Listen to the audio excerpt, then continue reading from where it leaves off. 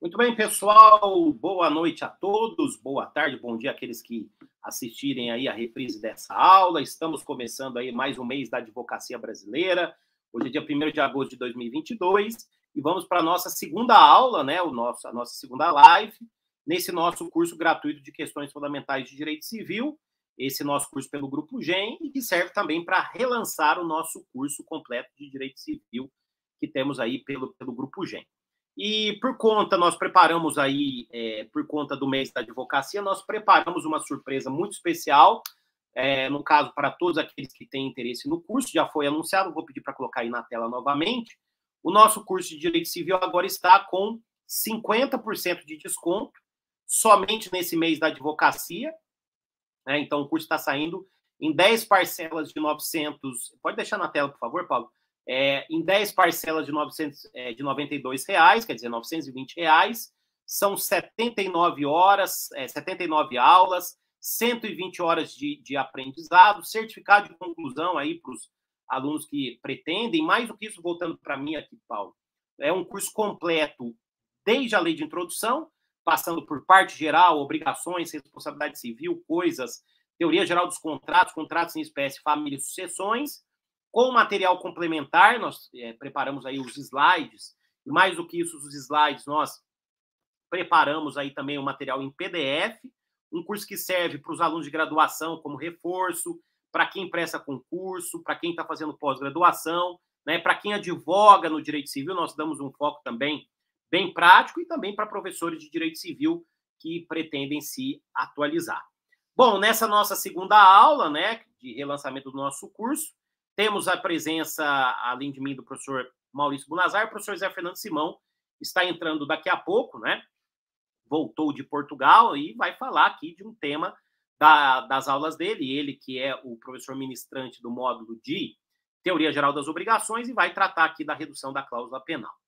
Enquanto o professor Simão não entra, eu já vou aqui começar o nosso debate e trazer aí, cumprimentar primeiro o meu amigo, o professor Maurício Bunazar. Olha lá, Maurício, tudo bem, meu caro? Olá, professor Flávio Tartucci. Olá, os nossos alunos que estão nos assistindo agora. Agradeço muito penhoradamente a gentileza de vocês. Quero dizer a vocês que hoje estou fazendo essa live aqui diretamente da faculdade que eu leciono, do IBMEC. Agradeço aos meus alunos aqui do IBMEC, que são sempre tão carinhosos comigo e que estão assistindo essa nossa live durante a minha aula aqui. Quero agradecer também ao pessoal da GEM pela organização desse evento e dizer que é um prazer recebê-los todos para mais uma aula de temas específicos do direito civil. Hoje um tema muito palpitante, que é o tema da cláusula penal, que é um tema que não só aparece muito em concurso público, como também é um tema da ordem do dia da advocacia. Então é uma alegria estar aqui com todos vocês. Muito bem. Paulo, depois coloca só aqui no nosso chat privado o link lá do YouTube, porque o meu acabou caindo, porque eu vou ter que silenciar para conseguir acompanhar lá, né? Bom, então vamos lá, Bunazar.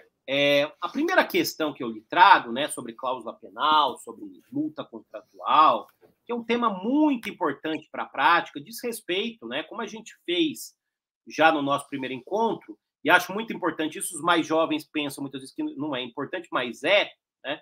Eu mesmo agora tive um caso concreto que envolvia todo o Código de 16, e eu tive que utilizar a doutrina do Código de 16 em alguns desses livros que estão atrás de mim, porque todos os fatos ocorreram na vigência do Código de 16. Opa, já me avisaram que o professor Simão está na sala. Então, vamos cumprimentar o professor Simão primeiro antes, porque aí eu já faço a pergunta para os dois. Querido Simão, como vai? Está aí conosco, meu caro? Estou aqui convosco, meu caro Flávio Murilo Tartucci Silva e Maurício Batistella Bunazar. Estamos cá, como dizem os portugueses. E vocês estão lá. Estamos todos cá. Muito bem. Senhor Simão, nos divertimos esse final de semana, hein? Boas risadas, hein, Simão? Eu diria que muitas. Boas e muitas. Foi muito agradável, Flávio. Foi muito agradável. Não, até sexta-feira, né? Nós estivemos aí em Recife homenageando o grande civilista Jones Figueiredo Alves e demos boas risadas. Fazia tempo que eu não vi o Simão e eu consigo fazer o Simão rir muito, hein, Bonazar? Não fica com o Simão dá boas risadas comigo, de passar mal. Muito bem, Simão, então aproveitando aqui, voltando para a seriedade, né? Eu falava com o Bonazar, já vou primeiro passar para você, né? Porque você está estreando aqui no nosso curso. Uma comparação importante, Simão, depois eu vou ouvir o Bonazar, entre o código anterior, o artigo 924 do Código 16 e o 413 do Código atual. O que você nos traz aí de relevante, de importante nessa confrontação? Vamos lá, Simão. Bom, eu acho que os dois pontos que você espera que eu responda, que são aqueles que são o cotejo do 924 e 413, é que a redução da cláusula penal no Código de 16 existia o verbo poderá ocorrer, o verbo poder, portanto, dava ao magistrado uma faculdade, e no Código atual, no 413, o verbo é o dever, portanto, há sim uma mudança em termos do comando legal, do deve para o pode no passado e deve hoje, e a segunda questão relevante comparativa diz respeito ao advérbio, que a redução se dava proporcionalmente na vigência do antigo Código Civil, o que, aliás, inspirou o artigo 4º da Lei do Inquilinato, que também fala em redução proporcional da cláusula penal, e, posteriormente, o Código Civil atual diz equitativamente.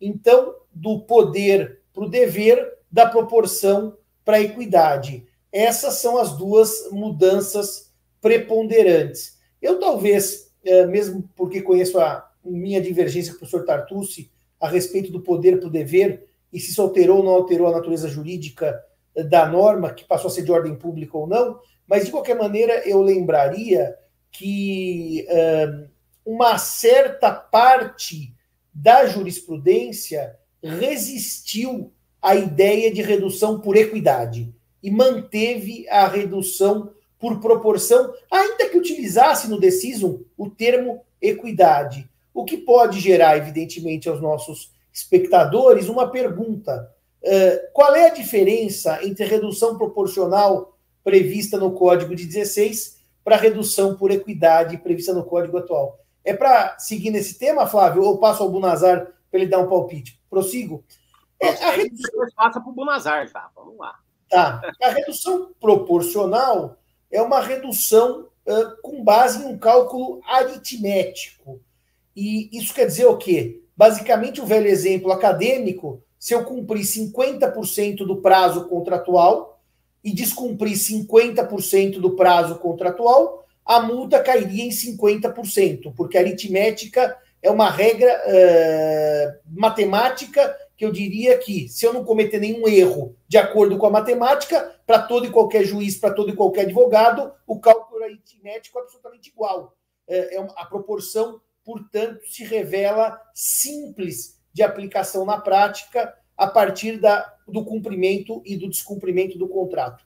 A equidade, a justiça no caso concreto, evidentemente exige mais trabalho de quem a aplica e mais criatividade do advogado na hora de trazer aos autos o que é redução por equidade, porque como a equidade é a justiça no caso concreto, a equidade abre porta para uma análise não só quantitativa de percentuais de cumprimento e descumprimento para redução da cláusula penal, mas também de qualidade do cumprimento e qualidade do período em que a avença esteve produzindo efeitos. Eu sempre gosto de dar como exemplo imaginarmos um contrato em que ele foi cumprido, vamos dizer, 3/4 do contrato, mas no momento do descumprimento era um momento fulcral para aquele contrato, ou seja, um momento de extrema importância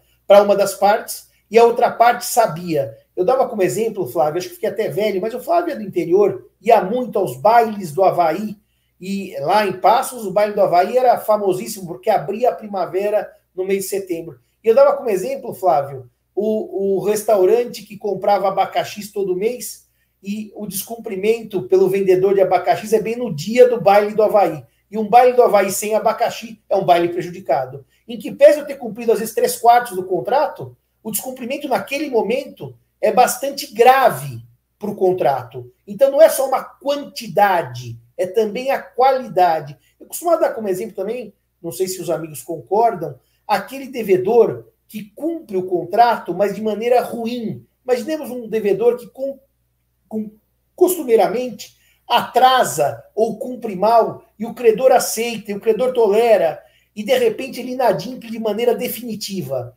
Esse devedor que durante o programa contratual cumpriu, mas cumpriu mal, será que ele deve ter a multa reduzida, a cláusula penal reduzida, como aquele bom devedor, considerando-se apenas o período contratual proporcionalmente de cumprimento? Então, eu digo que a equidade é uma forma mais justa. Mas, como tudo na vida, o justo não é necessariamente seguro, porque a equidade abre espaço para insegurança por parte das partes contratantes. Eu sempre digo que um contrato em que a multa vai ser reduzida por equidade, o bom advogado busca o acordo, porque não sabe qual vai ser o valor da multa ao final. Na proporção, parece que a coisa é meio óbvia, às vezes o acordo é mais difícil. Mas seriam essas as minhas notas sobre a diferença dos artigos 924 do revogado Código Civil, pode, e o atual 413 deve,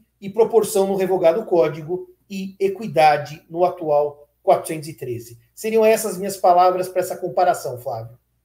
Muito bem, professor Simão. Olha, o baile do Avaí não era em Passos, era na aldeia de... Não é uma aldeia, é um vilarejo da hidrelétrica de Furnas, né? E eu vou dizer, viu, o pessoal bebia lá, Bunazar, queria invadir a hidrelétrica ainda, meu caro. Era uma confusão. Baile do Avaí, aí... vilarejo de Furnas, né? E aí morria lá na hidrelétrica, depois a família queria indenização ainda por cima. Os seguranças impediam, era uma confusão. E não era só abacaxi, não, é pêssego em calda, viu, Simão? Era abacaxi e pessoal pêssego em calda e melancia. O pessoal bebia muita melancia atômica, que colocava lá dentro vodka, né? Uma série de coisas. Muito bem. O senhor Simão, ele me provoca por essas incursões. Depois nós vamos pôr no Instagram a receita da melancia atômica de Furnas. Mas depois, isso é no momento posterior. Vamos agora seguir com a cláusula penal. Muito bem. O professor Bunazar, muito bem. Então, passa a palavra. Se quiser complementar alguma coisa que o nosso mestre Simão pontuou, mas já vai uma pergunta se o 413 é norma cogente ou de ordem pública, né? Que é o tema também instigante sobre o 413. Qual é a posição que prevalece e qual é a sua posição, né, a respeito dessas questões? Perfeitamente. Bom, então, Simão, que alegria estar aqui consigo e com o Tartucci mais uma vez, nós nessas nossas aventuras acadêmicas, não é? Eu quero só fazer uma nota, complementando, sem nenhum reparo, obviamente, quem sou eu para fazer algum reparo ao meu professor, José Fernando Simão, apenas uma nota de que a autorização para que o juiz julgue por equidade não afasta de maneira nenhuma o julgamento por proporcionalidade. Pelo contrário, eu acho que amplia a possibilidade para o magistrado. Pode ser que ele, diante do caso concreto, ignore, como muito bem colocou o Simão, cálculos de proporcionalidade e apresente cálculos de justiça no caso concreto, né? É sempre bom os nossos alunos saberem que essa noção de equidade, sempre que aparece na legislação, tem a ver com a equidade aristotélica, lá na Ética Nicômaco. Julgar a partir das características do caso concreto. E lembrar sempre também a quem vai prestar concurso público, a quem advoga, que o juiz só pode aplicar critérios equitativos de julgamento quando a lei expressamente o autoriza, não é? Isso vem no Código de Processo Civil de maneira claríssima. Então, quando nós autorizamos o magistrado a julgar por equidade, ele pode, para além de cálculos de proporcionalidade, analisar outros requisitos, como a fidelidade do devedor a fidelidade ou a infidelidade do devedor ao programa contratual. Então, por isso, talvez, professor Simão, que haja ainda muitos juízes que apliquem o critério de proporcionalidade. É muitíssimo mais fácil e cômodo, sejamos honestos, do que levantar outros elementos do caso concreto. Então, Essa é uma nota que eu gostaria de fazer. Partindo para a ideia, ou melhor, para a natureza cogente ou dispositiva dessa norma, só lembrando aos alunos, norma cogente, norma de ordem pública são sinônimos, significa que as partes não têm o poder de afastar a sua incidência ao caso concreto. É isso que significa ser cogente ou de ordem pública. Depois até, né, Flávio, está aqui no nosso programa de aula, veremos o enunciado do CJF de eventual mitigação, mas deixamos isso para daqui a pouquinho. Eu não tenho, na minha opinião, evidentemente, eu não tenho dúvidas de que seja uma norma de ordem pública, não é? Se vocês me perguntassem, Buna, na sua opinião, essa norma deveria ser de ordem pública? Eu diria não, não é?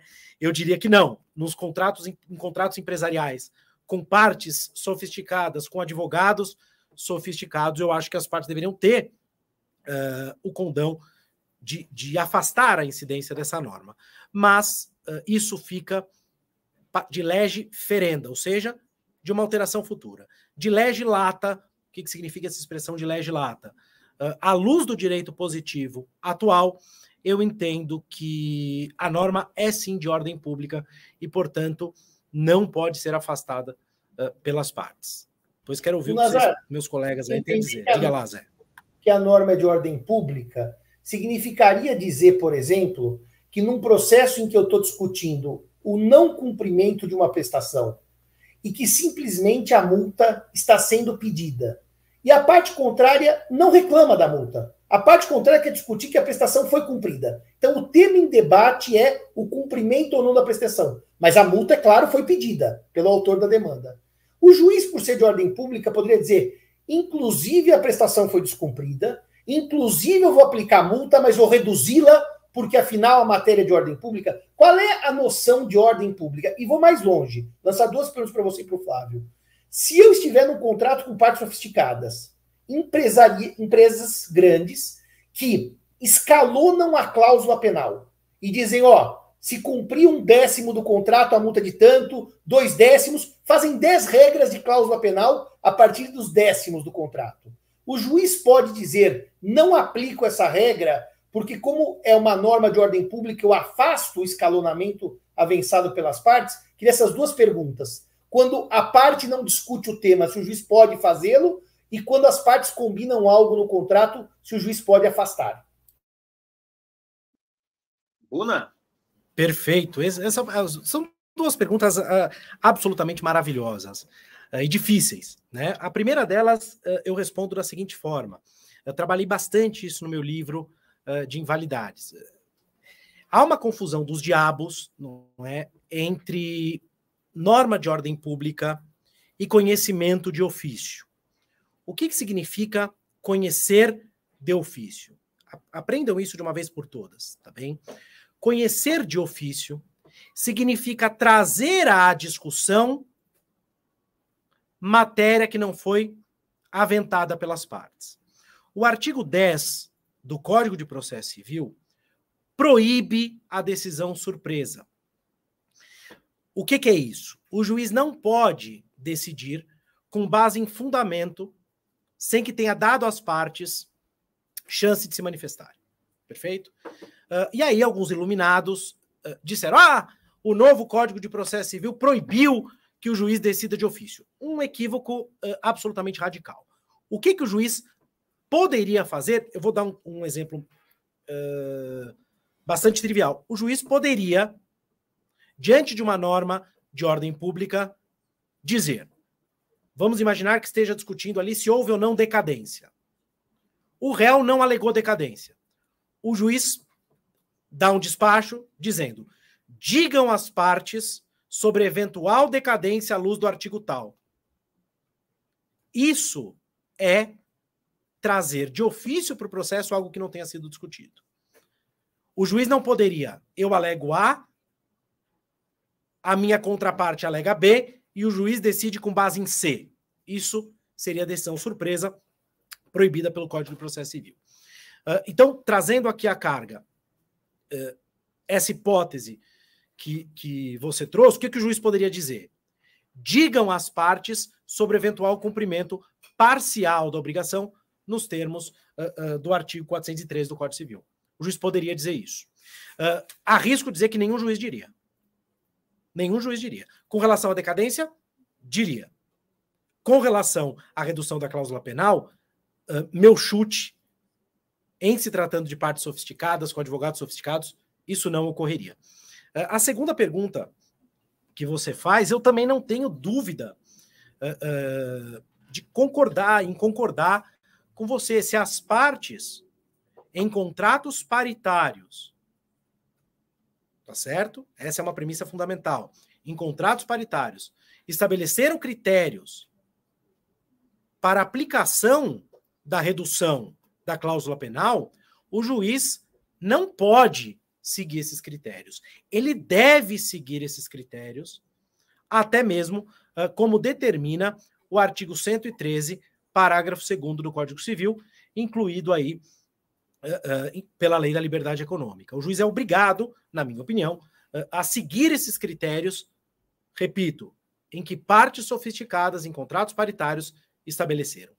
Repito, não basta serem partes sofisticadas, há que se tratar de um contrato paritário. Então, essa é a minha opinião aqui, sempre sob censura de Vossas Excelências.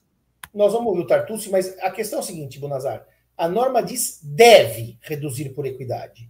E nós fizemos uma redução, vamos pensar academicamente que não tem equidade por base. A lógica do nosso contrato é uma lógica econômica, é uma lógica de investimentos, porque somos partes sofisticadas, contrato sempre paritário. Porque por adesão, meus amigos, por óbvio que o juiz vai ter uma intervenção maior. Os contratos com uma parte hipersuficiente, um consumidor, por óbvio que o debate não se coloca. Então nós estamos trazendo um debate no nível mais técnico. Mas eu te pergunto, Bonazar, como é que é uma norma de ordem pública que por definição é exatamente aquela que não permite que as partes dela disponham, e eu vou ter uma norma de ordem pública que o juiz cumpre o contrato por causa do 113? Eu não consigo entender isso, e eu queria que você explicasse melhor como é, porque o 113 foi alterado agora em 19.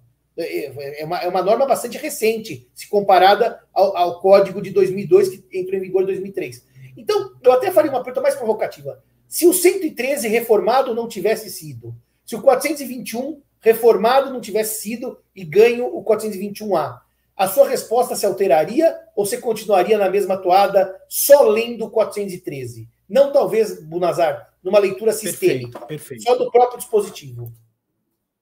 Perfeito. Cortou para mim aqui a sua última frase. Repete, por favor. Uma leitura só do dispositivo, não sistêmica. Não uma leitura do 423 à luz do 413, só o dispositivo em si. Perfeitamente. Eu tenho uma opinião que eu já expressei em artigo, tive a ocasião de expressar até mesmo numa opinião legal que tive a ocasião de dar. Não é?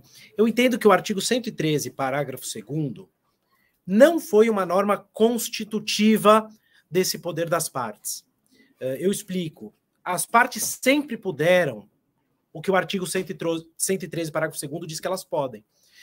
O parágrafo 2º do artigo 113 só veio dizer, juízes, respeitem, árbitros, respeitem essa regra, é só isso, não é? Mas, seguindo aqui a premissa de raciocínio que você estabeleceu, vamos imaginar que o artigo 113, parágrafo 2º, tenha de fato criado esse poder que antes não havia, não é? As partes poderiam ou não, mesmo se tratando de norma de ordem pública. Mesmo assim, eu entendo que sim. Por quê? Eu acho que há uma distinção importante entre quid e quantum. Ou seja, a norma ser de ordem pública é uma questão de ser, é um quid. Como ela vai ser aplicada, a forma com que ela vai ser aplicada pode ser livremente negociada pelas partes, independentemente do parágrafo 2º, desde que não haja um esvaziamento radical do seu conteúdo substancial. É esse o ponto. Então, agora eu vou cometer um sacrilégio e vocês vão de me perdoar, não é? Vocês vão de me perdoar e não vão me xingar. Os constitucionalistas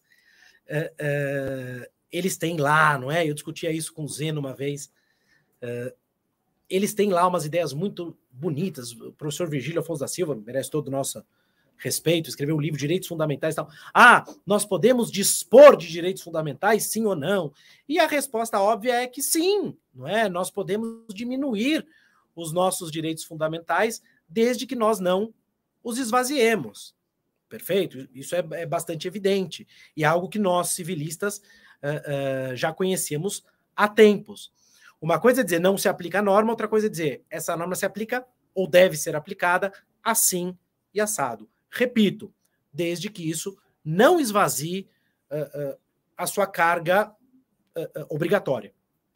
Não sei se respondi a sua pergunta satisfatoriamente, professor Simão. Professor Tartucci, o que pensa desse palavrório todo, professor Tartucci? Que eu sei que o professor Tartucci entende que a norma é de ordem pública, certo? Norma de ordem pública não pode ser afastada por convenção entre as partes, mas com a emergência da Lei da Liberdade Econômica, em se tratando de contrato paritário, por força do artigo 421-A do Código Civil, inciso 1, especialmente, as partes podem criar alguns critérios para a redução da cláusula penal, desde que não afastada a incidência do artigo 413. Exatamente o enunciado 649 da 9ª Jornada de Direito Civil. Né? E o próprio STJ, na terceira turma, esse 413 é reconhecido pelo STJ em julgados da terceira e da quarta turma, julgados de apresentadores, né? Tem um caso lá da Rede TV contra o Latino, né? O Latino ia ter um programa na Rede TV, né? Imagina só. E também um caso da quarta turma do shopping do Calçado de Franca, né? Esse é um caso famoso também. Nós vamos voltar a ele. STJ pacífico no entendimento de que é norma de ordem pública, né? E o julgado da terceira turma da ministra Nancy estabelece critérios até para a redução da cláusula penal. Um critério é a sofisticação contratual. Ela diz isso no acordo, né? O outro critério é a posição econômica das partes, né? Talvez isso possa ser levado em conta pela máxima de equidade para reduzir mais ou menos, né? O percentual de cumprimento, o grau de culpa, a reiteração de conduta. E as partes podem escalonar essa redução por tempo ou por critérios de cumprimento, né? Mas sempre que se afaste o 413 para dizer, não cabe redução, né? Renuncio totalmente ao 413. Critérios podem ser criados, mas não cabe renúncia. Nesse sentido, Simão, eu lembro da sua palestra em Lisboa, um pouco antes do nosso evento lá da pandemia, você dizia isso, né, com a Lei da Liberdade Econômica, em 2020, que a posição econômica das partes é um critério que se encaixa lá no final do 413, que fala em finalidade do contrato.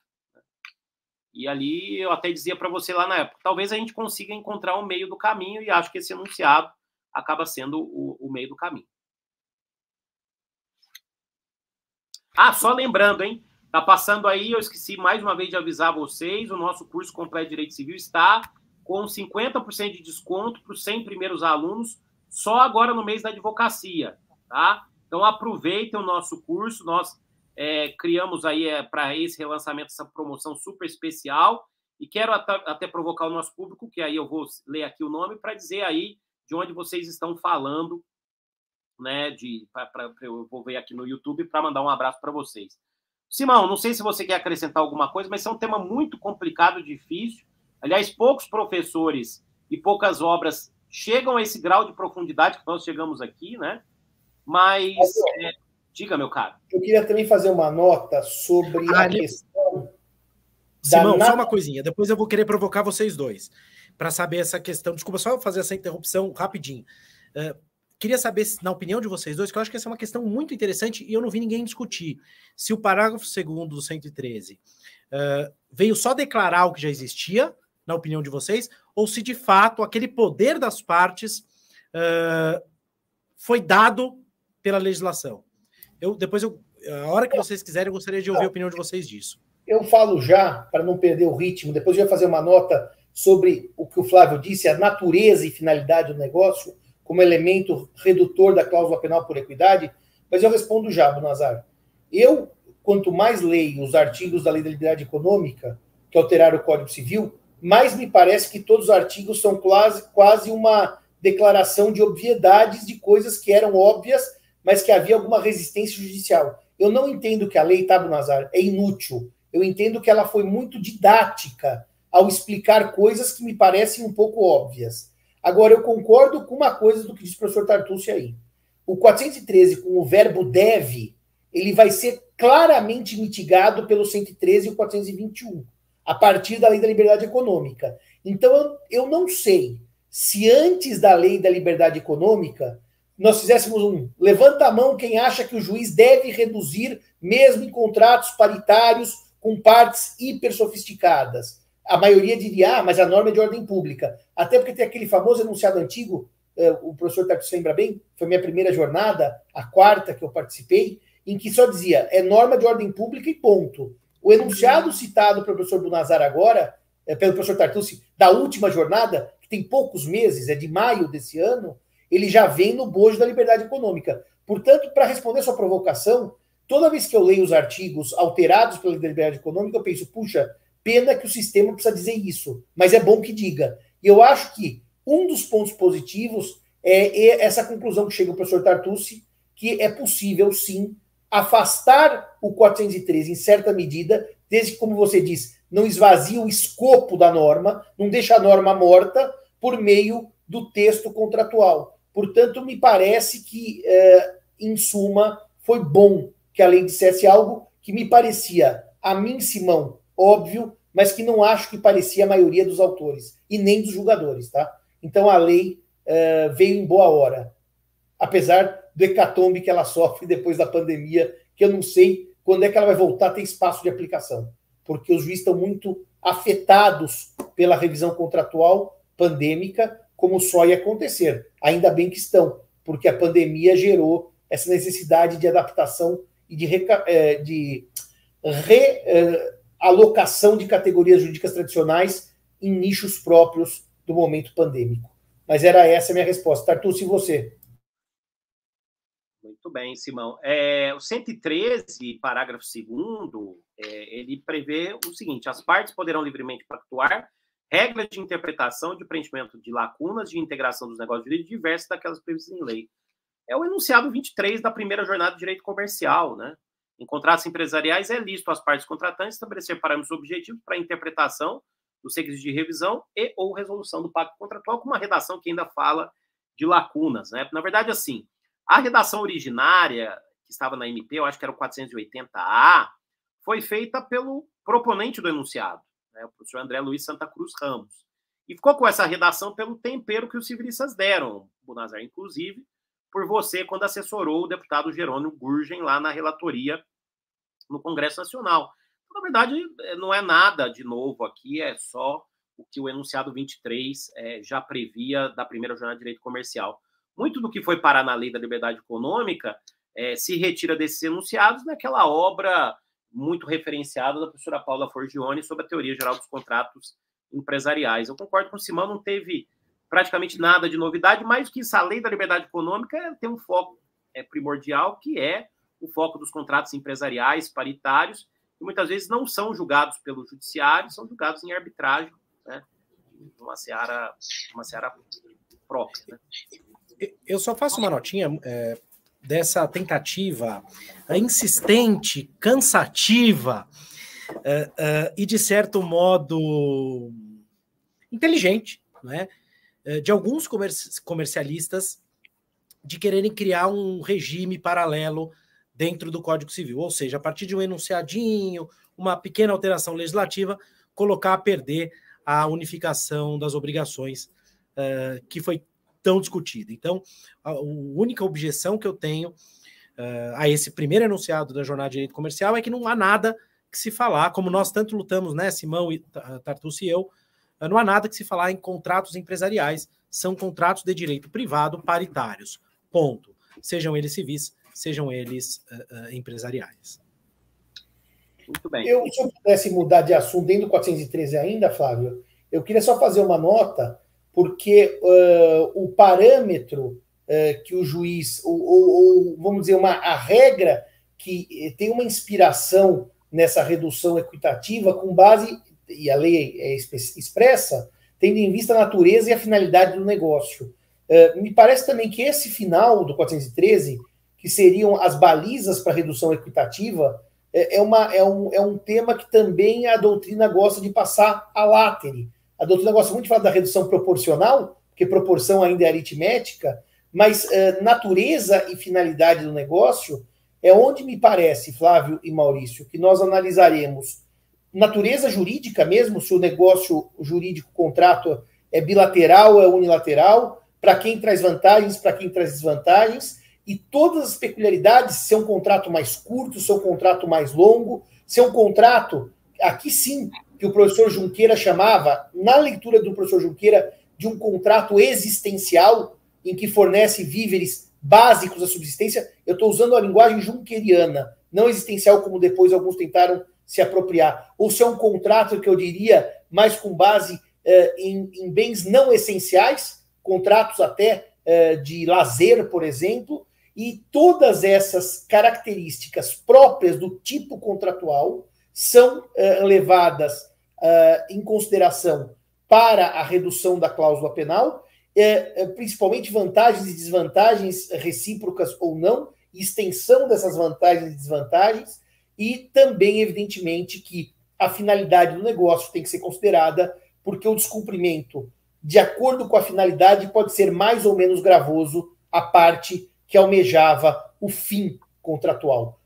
Finalidade como fim, não fim como extinção, como término do contrato. Portanto, aqui me parece que esta parte final permite ao bom advogado, e isso é algo que a gente fala desde o Código Civil comentado, que eu comento o 413 lá, sob a batuta do professor Tartucci, como também na aula de obrigações, eu comento essas vicissitudes interpretativas do 413 que permitem ao bom advogado construir o bom direito na hora de redução da cláusula penal. E eu não sei vocês, mas eu agora estou produzindo um parecer, comecei hoje, eu acho que é o 4º ou 5º parecer que eu trabalho com 413 na minha profissão de professor. Porque o 413 é um artigo que realmente permite grande construção teórica e de grande qualidade. Então, eu queria fazer essa nota final sobre a redução do 413, tendo em vista a natureza e a finalidade do negócio.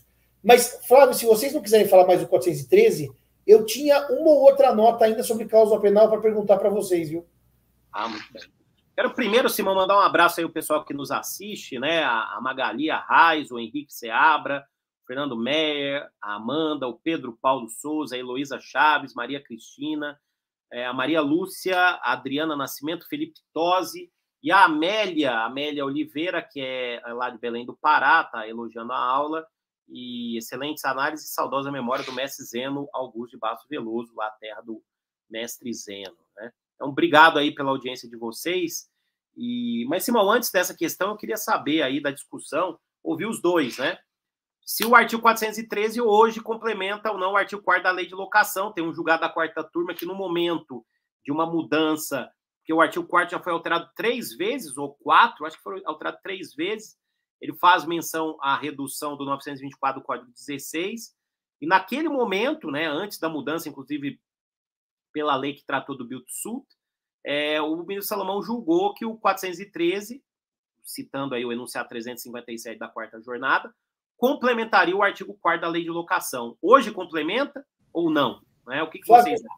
Deixa eu só ler o que era, o que foi e o que está. São 3. São 3 alterações, né? Na redação original, a multa, no 4º, dizia assim: o locatário, todavia, poderá devolver o imóvel pagando a multa pactuada, reparem, segundo a proporção prevista no artigo 924 do Código Civil.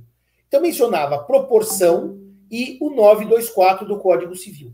Depois, a primeira alteração gera o seguinte: o locatário, todavia, poderá devolver o imóvel pagando a multa pactuada proporcionalmente ao período de cumprimento do contrato. E já não mencionava o 924. Reparem que na redação original falava assim proporção e mencionava o 924. Na redação de 2009 falava assim proporcionalmente ao período de cumprimento e não mencionava o artigo 924. Hoje, a redação dada pela lei 12744 de 2012 diz: o locatário poderá devolvê-lo pagando a multa pactuada proporcional ao período de cumprimento do contrato. Reparem que a redação de 2012, nesse aspecto, é igual à atual. É a mesma expressão. Poderá, todavia, devolver o imóvel, pagando a multa pactuada proporcional ao período de cumprimento do contrato. Flávio, eu dizia assim, olha o que eu dizia. Quando o Código Civil nasce, o 413 substitui o 924. Portanto, a lei do inquilinato, nós falamos isso inclusive em palestras muitas vezes, tem que ser lida à luz do Código Civil. E, portanto, até 2009, 2003 entrou em vigor o Código, a mudança de 2009, o termo proporção da lei do inquilinato é suplantado pelo termo equidade do 413. E o 413 complementa o texto da lei de 2009. Tanto, Flávio, que nós aprovamos em jornada enunciado dizendo isso, que era o artigo 413 que completava o tipo do artigo 4º da lei do inquilinato. Só que aí eu sei que nós divergimos a partir de 2012. Porque em 2012, se não me engano, a gente diverge, depois você me corrija. A lei do inquilinato alterada vai dizer que, pagando-se a multa pactuada proporcionalmente ao período de cumprimento do contrato. Aí a lei especial afasta a incidência da lei geral. Porque no passado mencionava-se um artigo que não mais vigorava, 924. Em 2009, e de 2009 até hoje, 2022, fala-se em multa pactuada proporcional ao período. Aí me parece, Flávio, que de 2009 em diante não havia mais como utilizar o 413. Entre 2003, vigência do novo código, a 2009, alteração da lei especial, eu seguia a ideia do enunciado. Agora eu entendo que desde 2009 a norma especial fala em proporção e afastaria a equidade. Essa é a minha leitura desde 2009, fazendo nota que entre 2003 e 2009 eu aplicava o 413 e não o 924. Eu não sei o Bunazar o que pensa. Buna?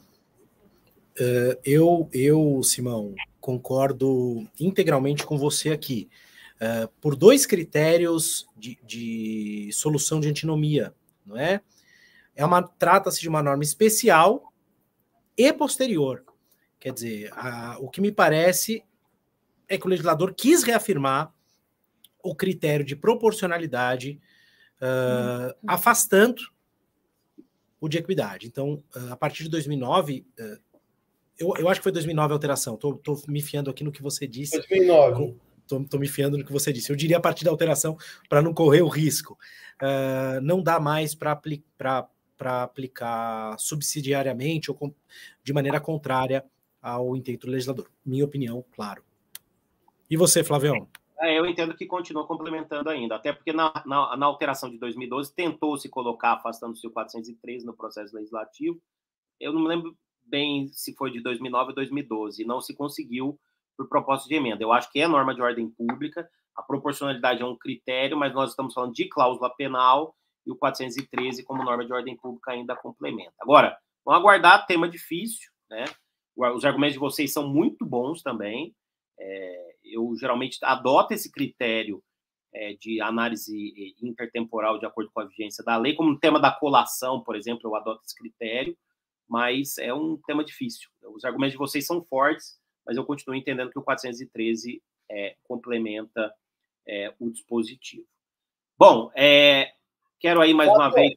Diga. Você que é o homem da jurisprudência STJ, eu lembro dessa decisão do ministro Salomão nesse período, vamos chamar intermediário, mas eu não lembro depois se há recentes decisões sobre esta questão que nós estamos colocando aqui. Você conhece alguma, Flávio? Não, ainda não. Eu acho que eles estão julgando ainda os casos entre 2003 e 2009. Mas a gente pode debater lá, levar para debate em mesa, Simão, inclusive na próxima jornada essa semana, né, para ouvir o que eles pensam. Isso é muito detalhado, também é outro tema que geralmente não se vê em obra e também não se vê em debate, porque essa análise é uma análise fracionada difícil, né? Vou cumprimentar aí também o Jair, o Marcos Gabriel que entraram aí, depois no final a gente vai deixar a oportunidade de uma pergunta, né? Mas, Simão, diga lá, o que você queria debater sobre cláusula penal ainda aí, já indo para a reta final? porque é o seguinte, há o velho debate sobre o nome cláusula penal. Penal-pena, penal-pena. Logo, se penal é pena, é uma punição. Ou seja, a natureza da cláusula penal seria uma natureza punitiva. E eu já discuti isso, eu não sei, 7.865 vezes, eu estou até cansado. E eu aqui já discuti com os mais diversos civilistas. Eu digo sempre que a interpretação do sistema é pelo texto de lei. Vamos dar um exemplo muito simples, tá? Quando se discute a natureza de renúncia de herança no sistema italiano, se é negócio jurídico ou ato jurídico subscrito. Bom, no sistema italiano, eu tenho a impressão, pelo que eu li do direito italiano, que é negócio jurídico. No Brasil, ela é ato estrito, por quê? Porque há claramente regras que restringem condição, termo, encargo, renúncia parcial, renúncia... Então, para mim, a leitura da natureza jurídica do Instituto passa pelos textos de lei. Então, eu lendo os artigos de cláusula penal, Flávio e Maurício, vejo, por exemplo, o 410, quando se estipular a cláusula penal para o caso de total inadimplemento da obrigação, essa se converterá em alternativa em benefício do credor, uma forma de composição patrimonial e não de pena civil.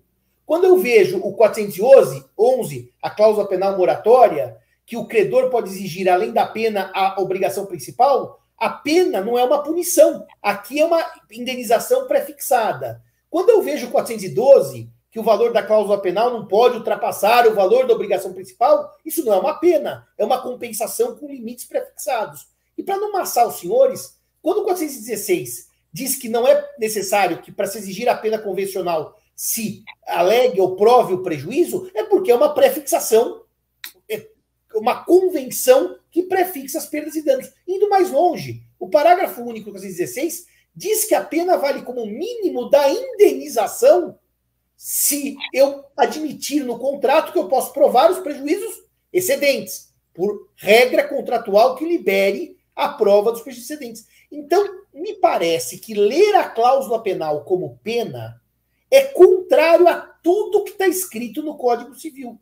Então, eu continuo dizendo, e aqui eu estou ladeado pelo professor Otávio Luiz Rodrigues Júnior, na sua obra de doutoramento da cláusula penal, que a cláusula penal só é penal na origem histórica. O que ela é um instrumento de pré-fixação das perdas e danos. E, portanto, ela é classicamente e claramente indenizatória. E que, se dúvidas havia na existência do Código Antigo, as novas redações do que seria o 416, parágrafo e caput, afastam qualquer dúvida nesse sentido.